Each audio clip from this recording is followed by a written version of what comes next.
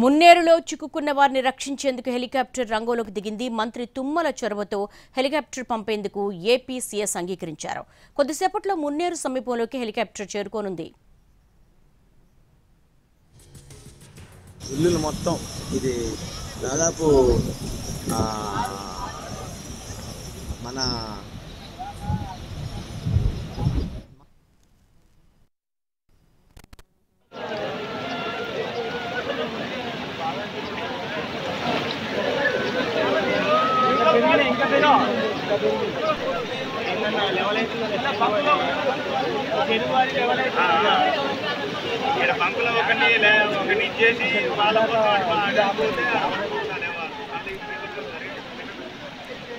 మున్నేరు వాగులో చిక్కుకున్న వారిని రక్షించేందుకు ప్రత్యేక హెలికాప్టర్ రంగంలోకి దిగింది. మంత్రి తుమ్మల చొరవతో హెలికాప్టర్ను పంపేందుకు ఏపీ సీఎస్ అంగీకరించారు. కొద్దిసేపట్లో మున్నేరు సమీపంలోకి హెలికాప్టర్ చేరుకోనుంది. ప్రస్తుతం దృశ్యాలు చూస్తున్నాము.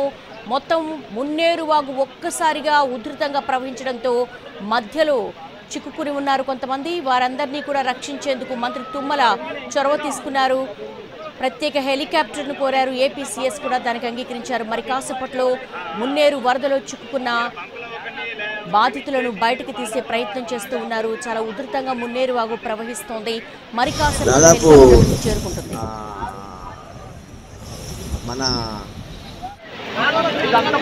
మున్నేరులో చిక్కుకున్న వారిని రక్షించేందుకు హెలికాప్టర్ రంగంలోకి దిగింది. మంత్రి తుమ్మల చొరవతో హెలికాప్టర్ ను పంపేందుకు ఏపీ సీఎస్ అంగీకరించారు. దీనికి సంబంధించి లేటెస్ట్ డెవలప్మెంట్స్ మా ప్రతినిధి భూపాల్ అడిగి తెలుసుకుందాం. భూపాల్, ఎంతసేపట్లోకి హెలికాప్టర్ అక్కడికి చేరుకునే అవకాశం ఉంది? వరదలో చిక్కుకున్న వాళ్ళ పరిస్థితి ఏ విధంగా ఉంది? దేవి, ఎగువన కురిసిన వర్షాల వల్ల అంటే మహబూబాద్ జిల్లాలో భారీ ఎత్తున వర్షాలు కురవటం, ఒకే రోజు 50 సెంటీమీటర్ల వర్షం కురవటం, ఆ వర్షం వరదంతా కూడా ఆ ఖమ్మం మున్నేరు మీద ప్రభావం చూపించింది. దీంతో గత రాత్రి నుంచి మొత్తం కూడా ఇళ్లలోకి నీళ్లు వచ్చాయి. ఈ నేపథ్యంలో ఈ హఠాత్ పరిణామాన్ని అంటే ఈ పరిణామాన్ని తెలుసుకోలేకపోయిన అధికార యంత్రాంగం కూడా ముందు చర్యలు తీసుకోవడంలో విఫలమైంది. ఈ నేపథ్యంలో వరదల్లో అనేక మంది చిక్కుకొని జరిగింది. అధికారిక అంచనాల ప్రకారం ఇప్పటికే 115 మంది వరకు వరదల్లో చిక్కుకొని పోయారనేది సమాచారం ఉంది. అయితే అనేక ప్రాంతాల నుంచి వరదల్లో చిక్కుకున్న వాళ్ళని అంటే కార్పొరేషన్ సంబంధించిన డిఆర్ఎఫ్ టీమ్స్ వాళ్ళని బయటికి తీసుకురావడానికి ప్రయత్నం చేస్తున్నాయి. ఈ నేపథ్యంలో ఇప్పటికే పాలేరు ఏరియాలో ఒక 3 వరదల్లో చిక్కుతున్న వాళ్ళు కొట్టుకొని పోయారు.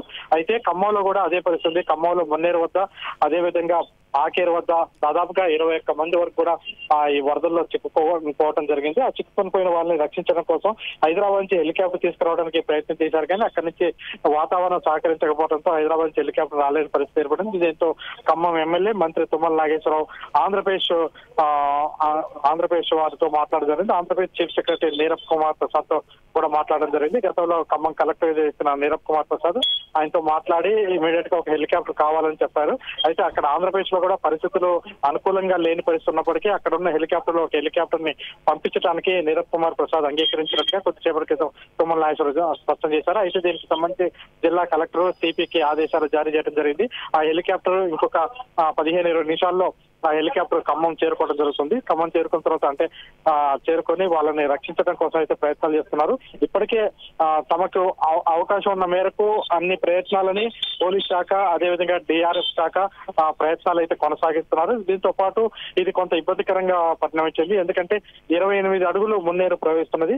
2022 అతి భారీ వరదలు వచ్చినప్పుడు కూడా 26 అడుగుల వరకే మాత్రమే అప్పుడు ప్రవహించింది. కానీ ఇప్పుడు భారీ ఎత్తున మున్నేరు రావడంతో మున్నేరు రావటం అనేది అయితే మొత్తం దాదాపుగా 6 కిలోమీటర్ల పరిధిలో ఇటువైపు అటువైపు అంటే మున్నేరుకు 2 వైపుల పాలేరు, అదేవిధంగా ఖమ్మం 2 నియోజకవర్గాల పరిధిలో ఇండ్లలోకి పెద్ద స్థాయిలో నీళ్లు రావడం జరిగింది. ఈ నేపథ్యంలోనే ఆ వరద నుంచి రక్షించడం కొంత ఇబ్బందికరంగా పరిస్థితుంది. దీంతో హెలికాప్టర్ అవసరం అయితే ఏర్పడింది. ఆ హెలికాప్టర్ ఇంకొక 15-20 నిమిషాల్లో వస్తున్నట్టుగా అధికారులు స్పష్టం చేస్తున్నారు. దేవి, ఆల్ రైట్.